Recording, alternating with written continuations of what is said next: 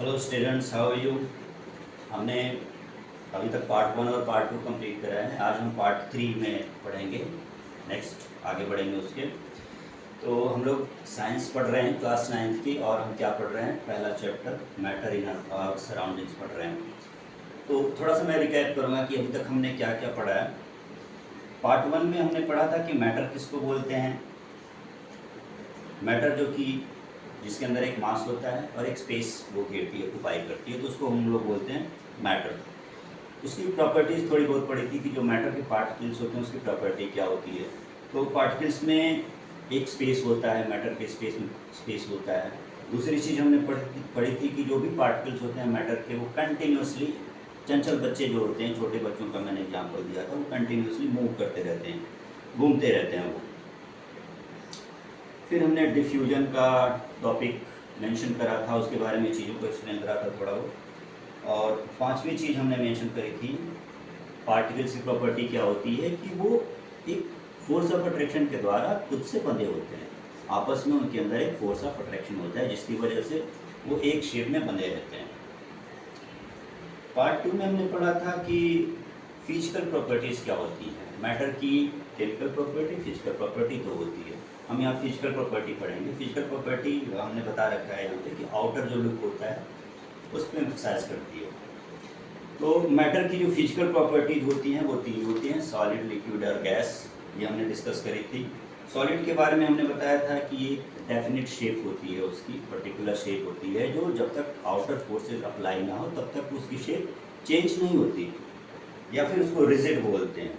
अगर आप उसको कंप्रेस करोगे, दबाओगे, तो हो सकता है थोड़ा बहुत कंप्रेस हो, लेकिन वो नेग्लिजिबल रहेगा, वो नोटिस नहीं कर पाओगे।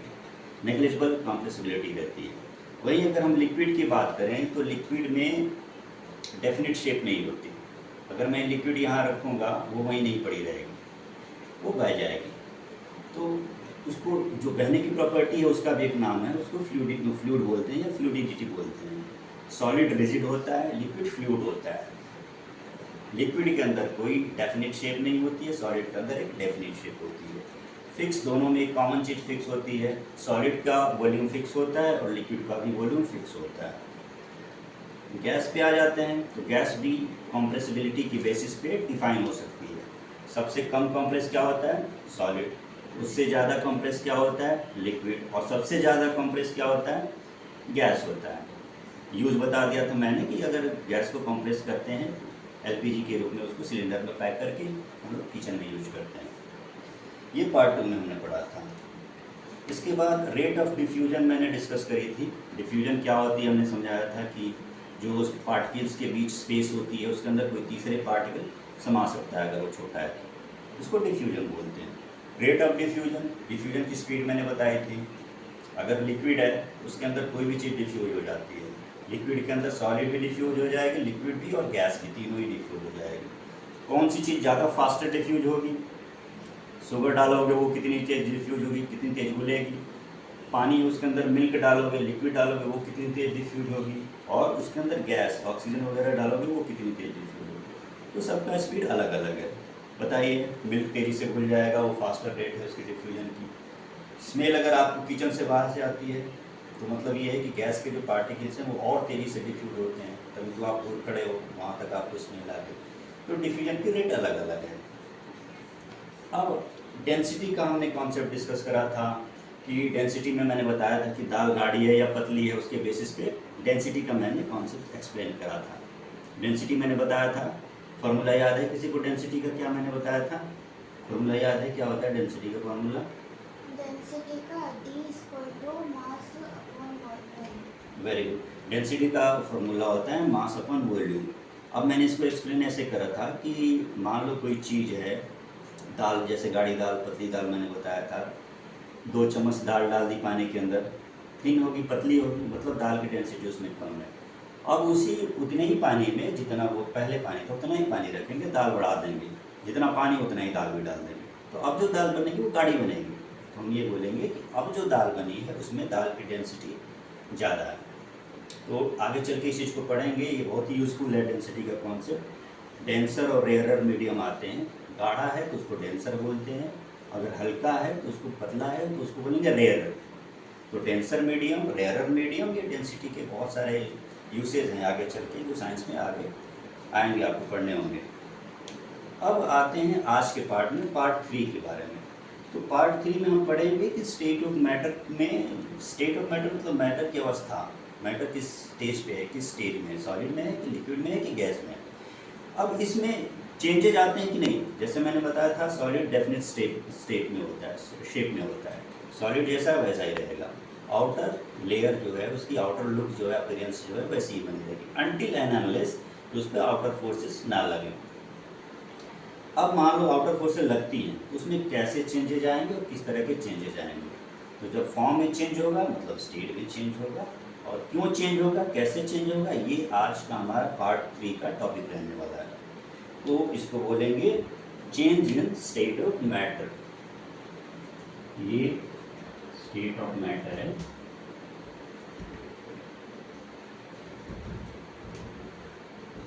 स्टेट ऑफ मैटर 3 होते हैं, सॉलिड, लिक्विड और गैस। सॉलिड, लिक्विड और गैस में state of matter, solid, liquid, gas, ये आपस में किस तरह से चेंज होते हैं, क्यों चेंज होते हैं, और उसकी क्या पीछे की कॉन्सेप्ट है, इसके बारे में आज हम डिस्कस करेंगे। तो इसको समझने के लिए हम आइस का कॉन्सेप्ट लेते हैं। अब उससे पहले हम समझ लेते हैं आउटर फोर्सेज। मैंने बात करी थी कि फिक्स या डेफिनेट शेप में तभी तक रहता है जब तक उस पर आउटर फोर्स ना लगे। आउटर फोर्स लगेगा तो शेप चेंज हो जाएगा। अब आउटर फोर्सेस क्या हैं, इसको थोड़ा सा लेमन लैंग्वेज में, रियल लाइफ लैंग्वेज में समझते हैं। आप इस समय जो पढ़ाई कर रहे हो, क्या इसी तरह की पढ़ाई, इसी तरह का फोकस उस समय भी रहेगा जब डेट शीट आ जाएगी, जब पता चल जाएगा कि 2 दिन बाद पेपर है? वैसे ही पढ़ोगे क्या? नहीं पढ़ोगे ना, उस समय और ज़्यादा सीरियस हो जाओगे। उस समय क्या हो जाएगा, आपकी सिचुएशन में और उसकी एग्जाम की सिचुएशन में क्या डिफरेंस हो गया? एग्जाम के टाइम आपके ऊपर प्रेशर ज़्यादा आ गया, एग्जाम का प्रेशर ज़्यादा हो गया, इसकी वजह से आपके बिहेवियर में चेंज हो गए, फोकस में चेंजेज आ गए। सेम वे में ऐसे ही जब आउटर फोर्सेज लगती हैं तो मैटर की जो स्टेट है उसके बिहेवियर में या मैटर के स्टेट में, फॉर्म में चेंजेज आ जाते हैं। आउटर फोर्सेज यहाँ पे क्या है, वहाँ पे रियल लाइफ में जो मैंने अभी एग्जाम्पल कोट करा था उसमें एग्जाम का प्रेशर। यहाँ पे आउटर फोर्सेज क्या है, temperature and pressure. Basically 2 forces काम करती हैं।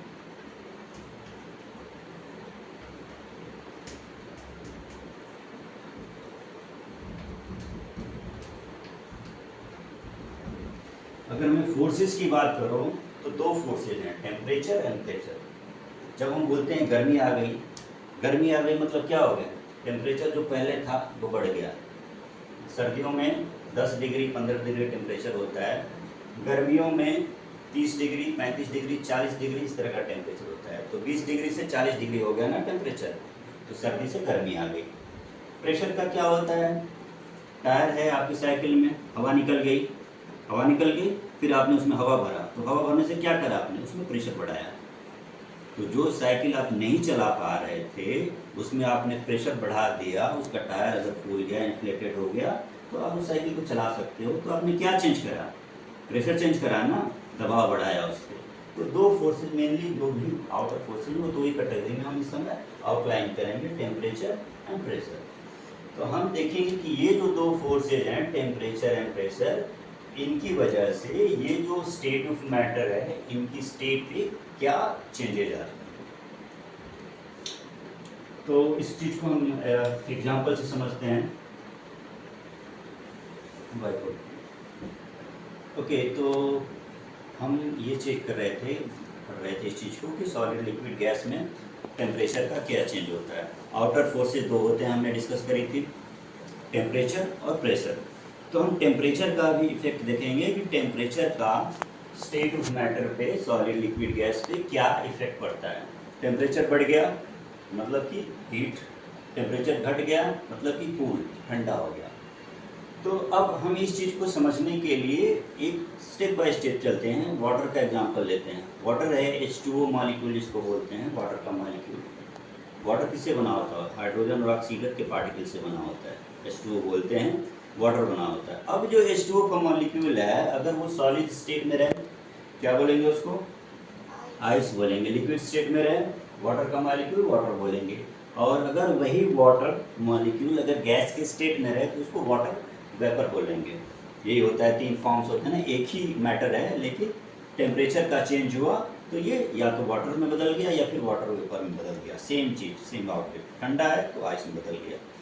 तो इस चीज़ को हम समझेंगे, स्टेज बाय स्टेज समझेंगे। तो इसको समझने के लिए एक छोटा सा एक्सपेरिमेंट अगर हमें करना हो तो कैसे करेंगे? एक आइस का टुकड़ा लो, उसको बाउल में डालो, फ्रिज से आइस के टुकड़े क्यूब्स निकालो, बाउल में डालो, उसको लो फ्लेम पे, हल्की फ्लेम पे गर्म करो। और अगर थर्मामीटर हो जिससे कि टेम्परेचर देख सकते हो, उससे टच करके चेक करने की कोशिश करो। तो क्या होगा? आइस ऑब्वियसली अगर आंच मिलेगी, टेम्परेचर मिलेगी तो पिघलने लगेगा। तुरंत नहीं पिघलेगा, 1 सेकेंड बाद 2 सेकेंड बाद पिघलना शुरू हो जाएगा। पिघलने के बाद पूरा का पूरा आइस गायब हो जाएगा। इसके बाद वो वाटर हो जाएगा, आइस का वजूद खत्म हो जाएगा। एक जो स्टेट ऑफ मैटर है वो खत्म हो गई। अब वही चीज़ के कौन से स्टेट में आ गई? लिक्विड स्टेट में आ गई, मतलब वाटर बन गई। फिर भी हीट करते जाओ, वाटर भी गायब हो जाएगी। क्या हो जाएगा? सेम वाटर का जो मॉलिक्यूल है वो वाटर वेपर में चेंज हो जाएगा। किस वजह से ये सब हुआ? टेम्परेचर की वजह से हुआ। तो जब आइस वाटर में बना, यानी सॉलिड जब लिक्विड में बना, तो इस प्रोसेस को बोलते हैं मेल्टिंग। और जब लिक्विड से वाटर वेपर में बोला तो इसको बोलते हैं बॉयलिंग। पानी उबल गया ना, पानी उबलने के बाद भाप बनता है तो उसको बोलते हैं बॉयलिंग। बर्फ पिघल गई, मेल्टिंग। सिंपल है अभी तक सिंपल है। अब इसके बाद हम टेम्परेचर वाले कॉन्सेप्ट पे आएंगे, थर्मामीटर के कॉन्सेप्ट पे आएंगे कि थर्मामीटर में हमने क्या नोटिस करा कि कब टेम्परेचर बढ़ा थर्मामीटर में, कब घटा थर्मामीटर में टेम्परेचर। तो जब हम देखेंगे कि आइस मेल्ट हो रहा है, जब तक आइस मेल्ट हुआ वो 0 0 ही दिखाएगा। आइस कितने डिग्री पे मेल्ट होता है? 0 डिग्री पे। तो आइस का वो टेम्परेचर थर्मामीटर में 0 डिग्री ही दिखाएगा। तब तक दिखाएगा जब तक कि वो पानी में रहा। पानी भी कुछ देर तक 0 दिखाएगा। इसके बाद पानी का टेम्परेचर बढ़ने लगेगा, 10 degree, 60 degree, 90 degree, 100 degree. 100 degree के बाद उसका टेम्परेचर थोड़ी देर के लिए 100 पे ही रहेगा। ऑलमोस्ट जब तक पानी है तब तक 100 रहेगा। ठीक है, तो ये टेम्परेचर में हम नोटिस करेंगे चेंजेस। इसके इम्प्लीकेशंस मैं बताऊंगा कि जो मैं एग्जांपल बता रहा हूँ, एक्सपेरिमेंट जो मैं बता रहा हूँ, उसका क्या मीनिंग है, इसका क्या इम्प्लीकेशंस है।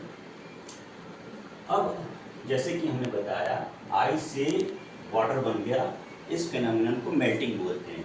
तो मेल्टिंग क्या है? एक तरीके का टेम्परेचर है। एक ऐसा पॉइंट आता है, हमेशा जैसे हीट करोगे तुरंत मेल्ट नहीं होगा, ठीक है ना। एक ऐसी स्टेज होती है जहाँ से वो पिघलना शुरू करता है। एक फिक्स टेम्परेचर होती है, जैसे हमारे यहाँ तो टेम्परेचर हमेशा ऊपर ही रहती है। कई ऐसे देश हैं जैसे कनाडा है जहाँ टेम्परेचर माइनस में होता है, तो वहाँ तुरंत एकदम से पिघलना नहीं शुरू करेगा। अगर हीट करोगे तो भी, तो उसको टेम्परेचर को बढ़ना पड़ेगा।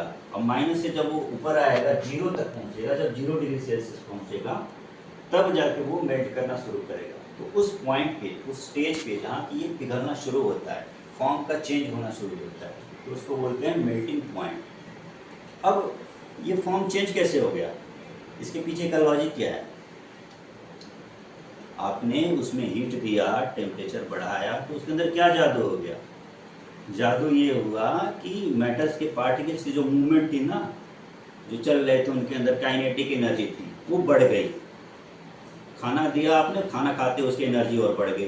पहले जो थोड़ा बहुत मूव करे तो बहुत तेज मूव करने लगे। मैंने पार्ट 1 में एग्जांपल दिया था, 5 बच्चे चंचल बच्चे हैं, तुमने बांध के रखा है, ठीक है। अब और उनके अगर बच्चे बड़े हो गए, उनके अंदर ताकत ज़्यादा आ गई, तो क्या होगा? और तेज़ी से ऐंठेंगे, इतनी तेज़ी से ऐंठेंगे कि तुम्हारे बॉन्ड जो है ना जिससे बांधे वो तोड़ देंगे। वो तो तोड़, जब तक एक तक बंधे रहे तब तक एक जगह रहे, फिक्स शेप में रहे, सॉलिड रहे। जब बंधन तोड़ दिया, इधर उधर घूमने लगे, तो सॉलिड इससे ख़त्म हो गया, फिर तो वो मूव करने लगे, लिक्विड में बदल गए। यही हाल है यहाँ पे टेम्परेचर के इम्पैक्ट का। टेम्परेचर मतलब खाना मिल गया, उसको एनर्जी मिल गई, तो उसकी गतिविधियाँ, हिलना डुलना, मूवमेंट बढ़ जाता है, काइनेटिक एनर्जी बढ़ जाती है। इससे क्या होता है कि जो फोर्स ऑफ अट्रैक्शन है, जो उनका बंधन है, वो बंधन कमज़ोर पड़ने लगता है, और एक ऐसा पॉइंट आता है जो उनका फोर्स ऑफ अट्रैक्शन खत्म ही हो जाता है, टूट जाता है, वो ब्रेक डाउन हो जाता है। या ये कह लो कि जो काइनेटिक एनर्जी है वो भारी पड़ जाती है किस चीज़ पे? फोर्स ऑफ अट्रैक्शन पे, जिससे कि force of attraction break down हो जाता है और एक स्टेज चेंज होकर के दूसरे स्टेट में आ जाता है। तो चेंज स्टेट का कैसे होता है उसका कॉन्सेप्ट समझ में आ गया। क्यों होता है? काइनेटिक एनर्जी की वजह से होता है, मूवमेंट बढ़ जाती है। काइनेटिक एनर्जी मतलब मूवमेंट एनर्जी। अब इस चीज़ को, एक चीज़ मैंने यहाँ पे लिखा हुआ है कि 0 डिग्री सेल्सियस को केल्विन में बदला है। ये केल्विन IS है जो इंटरनेशनल स्टैंडर्ड है, उसमें हम केल्विन से दिखाते हैं टेम्परेचर को। टेम्परेचर का IS स्टैंडर्ड जो है वो IS स्टैंडर्ड जिसको बोलते हैं IS स्टैंडर्ड, वो केल्विन से है। अब 0 डिग्री सेल्सियस है, इसको अगर केल्विन में बदलना है तो 273 से ऐड करो। अगर ये 5 डिग्री सेल्सियस होता तो, अगर क्वेश्चन होता है कि 5 डिग्री सेल्सियस है उसको केल्विन में बदलो, क्या करोगे? ये 273 उठा करके इसमें जोड़ दोगे। अगर मैं इसमें 273 जोड़ दूंगा तो ये केल्विन में चेंज हो जाएगा, सिंपल। जैसे अगर ये 0 डिग्री है 273 केल्विन हो गया। अगर मैं बोलूँ कि 1 डिग्री सेल्सियस है उसको केल्विन में बदलो तो क्या करोगे? 273 एक यहाँ पे उठा के जोड़ दोगे, मतलब 0 प्लस 273।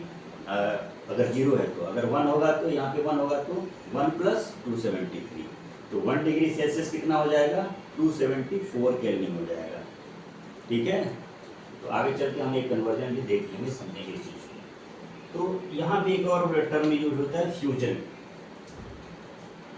मेल्टिंग की जो प्रोसेस है उसी प्रोसेस को फ्यूजन की प्रोसेस भी बोलते हैं। मेल्टिंग और फ्यूजन बोल सकते हो, सिनोनिम है, एक दूसरे के अलग अदर वर्ड्स हैं ये।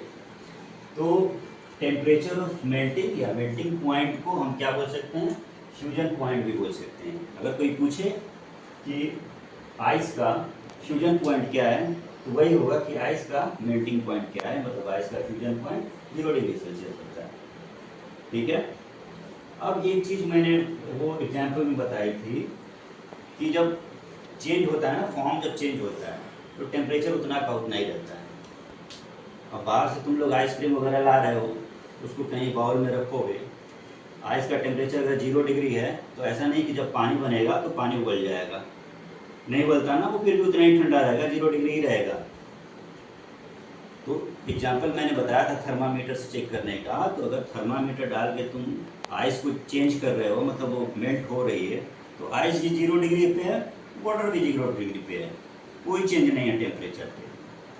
अब यहाँ पे क्वेश्चन आता है, आँच तो लगातार आ रही है, फ्लेम लगातार जल रहा है, हीट लगातार मिल रही है, तो फिर टेम्परेचर क्यों नहीं बढ़ रहा है?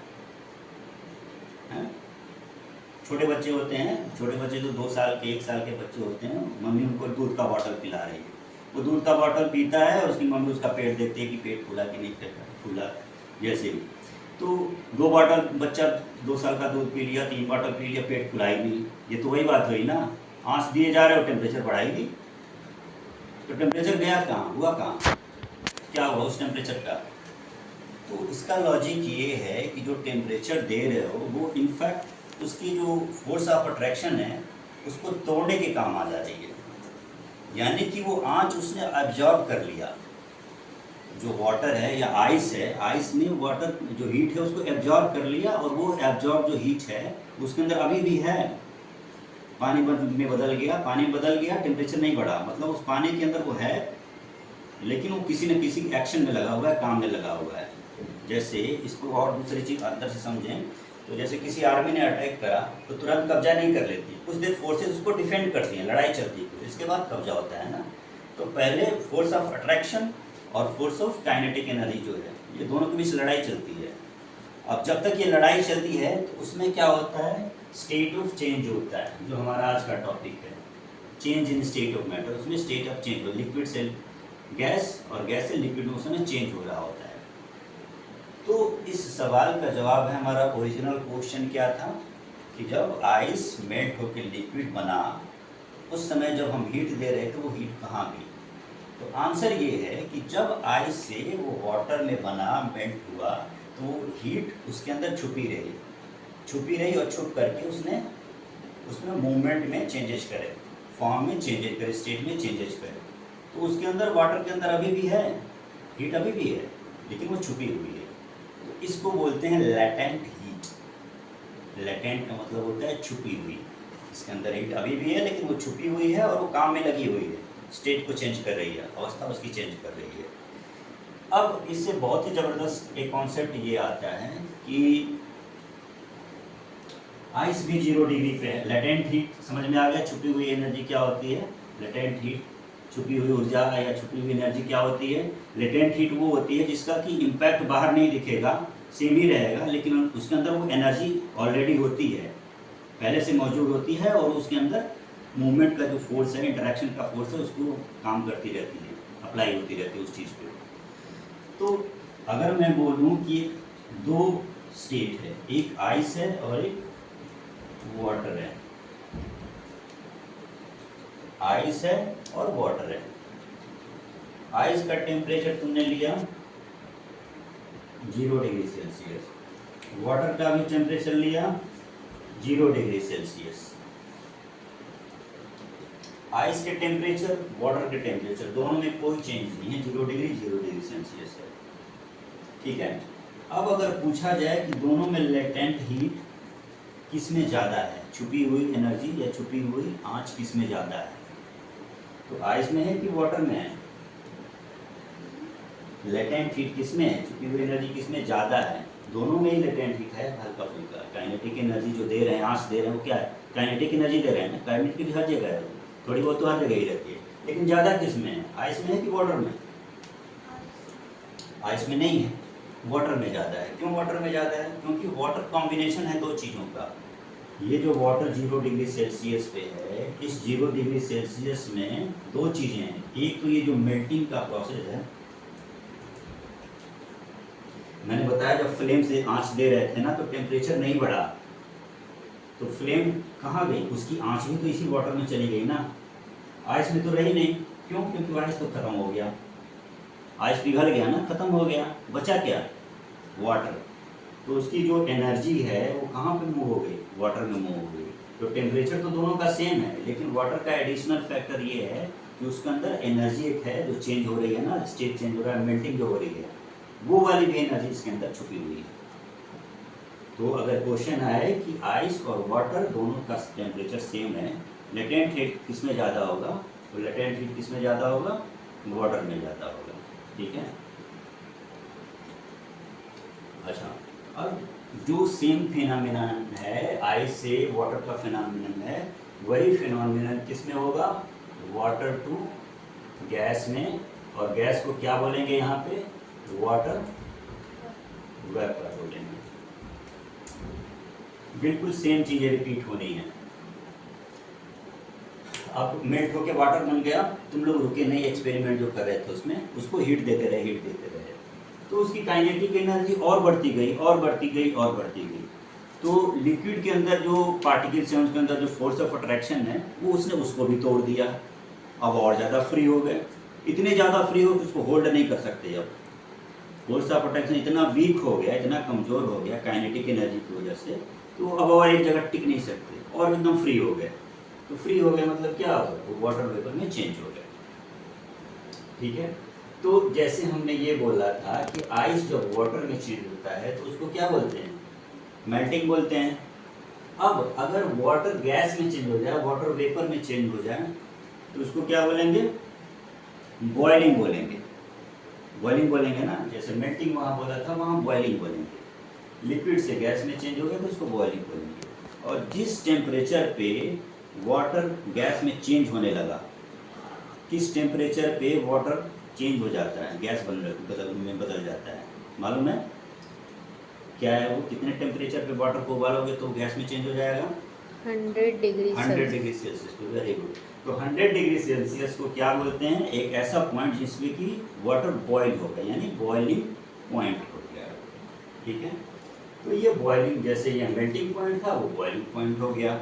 बॉइलिंग पॉइंट कितना होता है, 100 डिग्री सेल्सियस। अब 100 डिग्री सेल्सियस को अगर कन्वर्जन पूछा जाए, जैसे 0 था, अब ये 100 है, तो ये केल्विन में कितना होगा, इसको सीधे सीधे प्लस, जितना यहाँ पे रहेगा ना इसमें प्लस कर देते हैं। जैसे 0 था, 273 है, 0 से कर दो 273 ही रहेगा।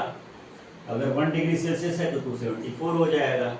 अगर ये 100 डिग्री सेल्सियस है तो उसमें 273 ऐड कर, जितना भी यहाँ आया ना, सेल्सियस में जितना भी है उसमें 273 ऐड कर दो, तो क्या बन जाएगा, केल्विन में चेंज हो जाएगा।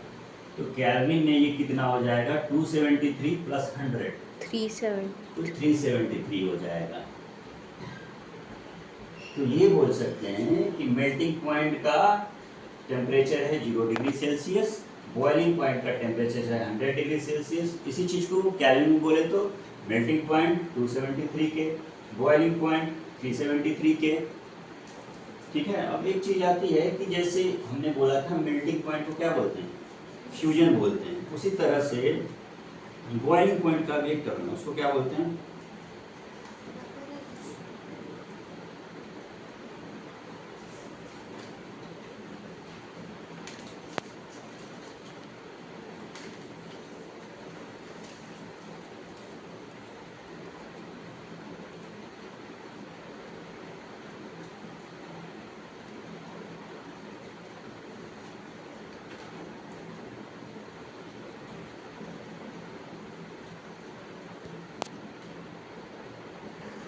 तो जब वाटर चेंज होता है वाटर वेपर में तो इसको बोलते हैं वेपराइजेशन। फ्यूजन हो गया, फ्यूजन मेल्टिंग हो गई, वेपराइजेशन हो गया बॉइलिंग। बॉइलिंग को एक तरीके से वेपराइजेशन भी बोल सकते हैं। Boiling of water is vaporization, water vapour में चेंज हो गया। तो सेम वे में जैसे हमने लेटेंट हीट पढ़ी थी, वही कॉन्सेप्ट हम इस समय रिपीट करेंगे लिक्विड टू वाटर वेपर के चेंज में।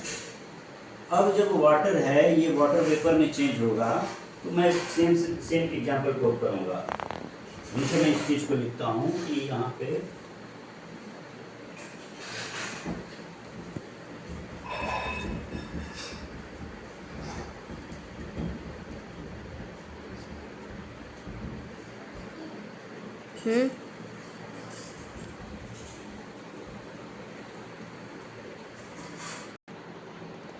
ओके, तो जैसे हमने लिक्विड में चेंज देखा था, लेटेंट हीट देखा था, वैसे ही हम यहाँ भी वेपराइजेशन में भी लेटेंट हीट को देखेंगे, समझेंगे इस चीज़ को। अब वहाँ पे मैंने एग्जांपल कोट करा था कि सेम टेम्परेचर पे आइस है, सेम टेम्परेचर पे वाटर है, किसके अंदर ज़्यादा एनर्जी होगी, वाटर के अंदर ज़्यादा होगी।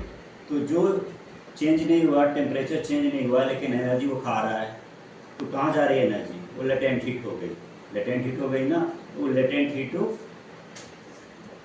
मेल्टिंग थी या लेटेंट हीट ऑफ वाटर थी। अब हम उसी चीज़ को समझेंगे लेटेंट हीट ऑफ वेपराइजेशन। वहाँ पे था लेटेंट हीट ऑफ फ्यूजन या लेटेंट हीट ऑफ मेल्टिंग, वही चीज़ हम समझेंगे latent heat of vaporization. Same example हम कोट करेंगे डिफरेंट वे में। वाटर है और वाटर वेपर है, वाटर भी 100 डिग्री सेल्सियस, वाटर वेपर भी 100 डिग्री सेल्सियस। एनर्जी किसके ज़्यादा अंदर होगी, जो काइनेटिक एनर्जी है, हीट एनर्जी है, किसके अंदर ज़्यादा होगी, वाटर एट 100 डिग्री सेल्सियस या water vapour eight 100 degree Celsius. Temperature दोनों सेम है, स्टेट चेंज है, स्टेट अलग अलग है। तो वाटर वेपर में एनर्जी ज़्यादा होगी। क्यों ज़्यादा होगी, क्योंकि वाटर वेपर में टेम्परेचर तो जितना वाटर का है उतना ऑलरेडी है ही 100 डिग्री, प्लस वाटर वेपर में स्टेट चेंज हो रहा है, वाटर से वेपर बन रहा है वो। तो जो स्टेट चेंज होने की जो अंदर एनर्जी है, काइनेटिक एनर्जी जो एब्जॉर्ब है, वो उसके एडिशनल है, इसमें वाटर वेपर में एडिशनल है। किससे एडिशनल है, नॉर्मल वाटर से। इसलिए वाटर वेपर में लेटेंट हीट ज़्यादा होगी या latent heat of vaporization water vapour में मैक्सिमम होगी। अब इस चीज़ को रियल लाइफ एग्जाम्पल में देखते हैं। अगर मैं तुम्हारे उंगली के ऊपर, हाथ के ऊपर 100 डिग्री सेल्सियस तापमान का टेम्परेचर का वाटर फेंक दूँ, हाँ चलेगा।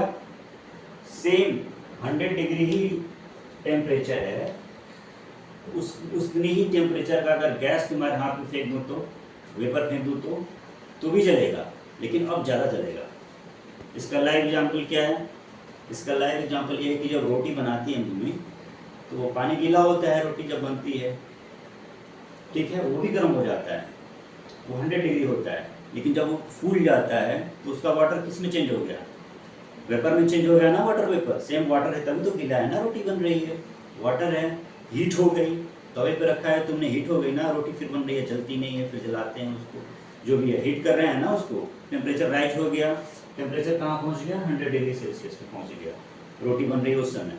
अब वो उसके अंदर भाप बन जाती है, वेपर बनता है ना रोटी के अंदर, सेम पानी वही होता है, वो भाप बन जाता है तो रोटी फूल जाती है। क्यों फूलती है? क्योंकि जो बाहर की लेयर है ना रोटी की, वो भाप को निकलने नहीं देती, निकलने नहीं देती तो उसमें फाइट चलती रहती है, फूलता रहता है वो। और भी जगह नहीं मिलेगी, एनर्जी मिलती रहेगी तो क्या होगा, जला देगा, जला के बाहर निकल जाएगा। अट्रैक्शन ऑफ फोर्स से जो है लूज पड़ जाती है, काइनेटिक एनर्जी उस पर हावी पड़ जाती है। दो दुश्मनों के बीच लड़ाई हो रही है, फोर्स ऑफ अट्रैक्शन और काइनेटिक एनर्जी। काइनेटिक एनर्जी जीत जाएगी तो फाड़ के निकल जाएगी फिर आगे। तो जब तक वो पैक है, जब रोटी फुली हुई है, अगर तुमने उसके अंदर उंगली डाल दी तो टेम्परेचर तो 100 डिग्री सेल्सियस वाला ही है, लेकिन नॉर्मल जो मम्मी फुलाती है हाथ से ही छूती है कई बार तो उतना नहीं जलता। लेकिन अगर फुली हुई रोटी के अंदर उंगली चली गई ना, तुरंत फफोले निकल आ जाएंगे। क्यों? क्योंकि जो फुली हुई रोटी है उसके अंदर जो वेपर है उसमें एडिशनल चीज़ क्या है, लेटेंट हीट है, छुपी हुई एनर्जी है उसकी। लेटेंट हीट ऑफ वेपराइजेशन है फुली हुई रोटी के अंदर, इसलिए उसमें एनर्जी ज़्यादा है, वो ज़्यादा इम्पैक्ट करेगी, वो ज़्यादा उंगली जलाएगी। समझ में आ गया यहाँ तक चीज़ें? लेटेंट हीट ऑफ मेल्टिंग समझ में आ गया, लेटेंट हीट ऑफ वेपराइजेशन समझ में आ गया। वाटर कैसे चेंज होता है, सॉलिड में, लिक्विड में, गैस में, ये समझ में आ गया। इसके पीछे का कॉन्सेप्ट क्यों चेंज होता है, उसके पीछे रीजन क्या है वो समझ में आ गया। काइनेटिक एनर्जी ज़्यादा भारी पड़ जाती है किस चीज़ पे, फोर्स ऑफ अट्रैक्शन पे। अब ये तो नॉर्मल है कि आइस को हीट करोगे वाटर बनेगा, फिर वाटर से वापर भी बनेगा। 99% केसेस में ऐसे ही होता है।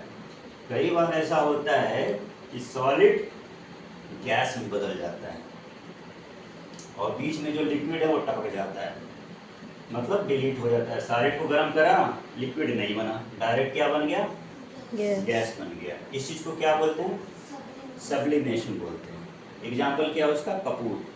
पूजा करते समय कपूर जलाओ, जला रहे हो तो पिघलना चाहिए ना उसे, पहले पिघल के पानी बने, फिर इसके बाद ओम जय जगदीश हो उसका, तो ऐसा नहीं होता। कैंफर को, कपूर को तुमने जलाया, डायरेक्ट उसमें उड़ जाता है, वो गायब हो जाता है ना, वो लिक्विड नहीं बदलता वो।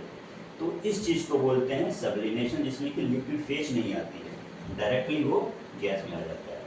मतलब उसके जो काइनेटिक एनर्जी है बहुत ही तेज़ी से बढ़ता है, लिक्विड में भी नहीं रह पाता, एकदम ही छूट जाता है, हाथ खुला कर देता है, सारे पार्टिकल छूट जाते हैं उसके, डायरेक्टली गैस में बदल जाता है। इस प्रोसेस को बोलते हैं सब्लिमेशन। इसका उल्टा भी है, गैस है, जैसे कि हवा में गैस है, इसको तुमने प्रेशराइज करा, एलपीजी बनाया, सिलेंडर के अंदर, किचन के अंदर बनाया। किचन के अंदर सिलेंडर क्या होता है, गैस किस चीज़ में होती है, लिक्विड में होती है। ऐसे देखते हैं ना गैस खत्म हुई कि नहीं खत्म हुई, हिलता है ना पानी की तरह अंदर से, तो वो अंदर लिक्विड होता है।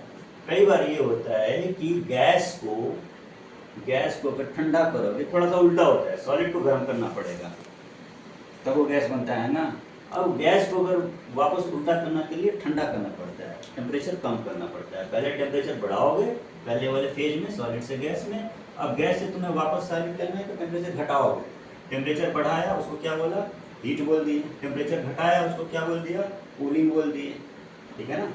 तो जब गैस को सॉलिड में कन्वर्ट करोगे तो स्लोली एंड स्लोली वो कूल डाउन करके फेजेज में आएगा। पहले गैस किस में बनेगा, लिक्विड में बनेगा, लिक्विड के बाद फिर सॉलिड बन जाएगा। और ज़्यादा कूल करोगे तो पानी को फ्रिज में डाल दो, पहले पानी होता है ना, लिक्विड ही होता है, फ्रिज में डाला, आइस क्यूब बन गया, तो ठंडा करने से उल्टा प्रोसेस होता है। लेकिन ये कई बार चीज़ें, जैसे ये लिक्विड बाईपास हो गया, इस फेज में भी लिक्विड बाईपास हो जाता है, टपक जाता है, डिलीट हो जाता है, ऐसे मान लो।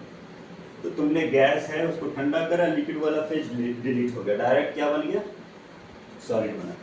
यानी तुमने वाटर वेपर है, तुमने ठंडा करा और लिक्विड नहीं बना, सीधे सीधे पहले सॉलिड ही बन गया, एंड वाली स्टेज पे आ गया, लिक्विड डिलीट हो गई।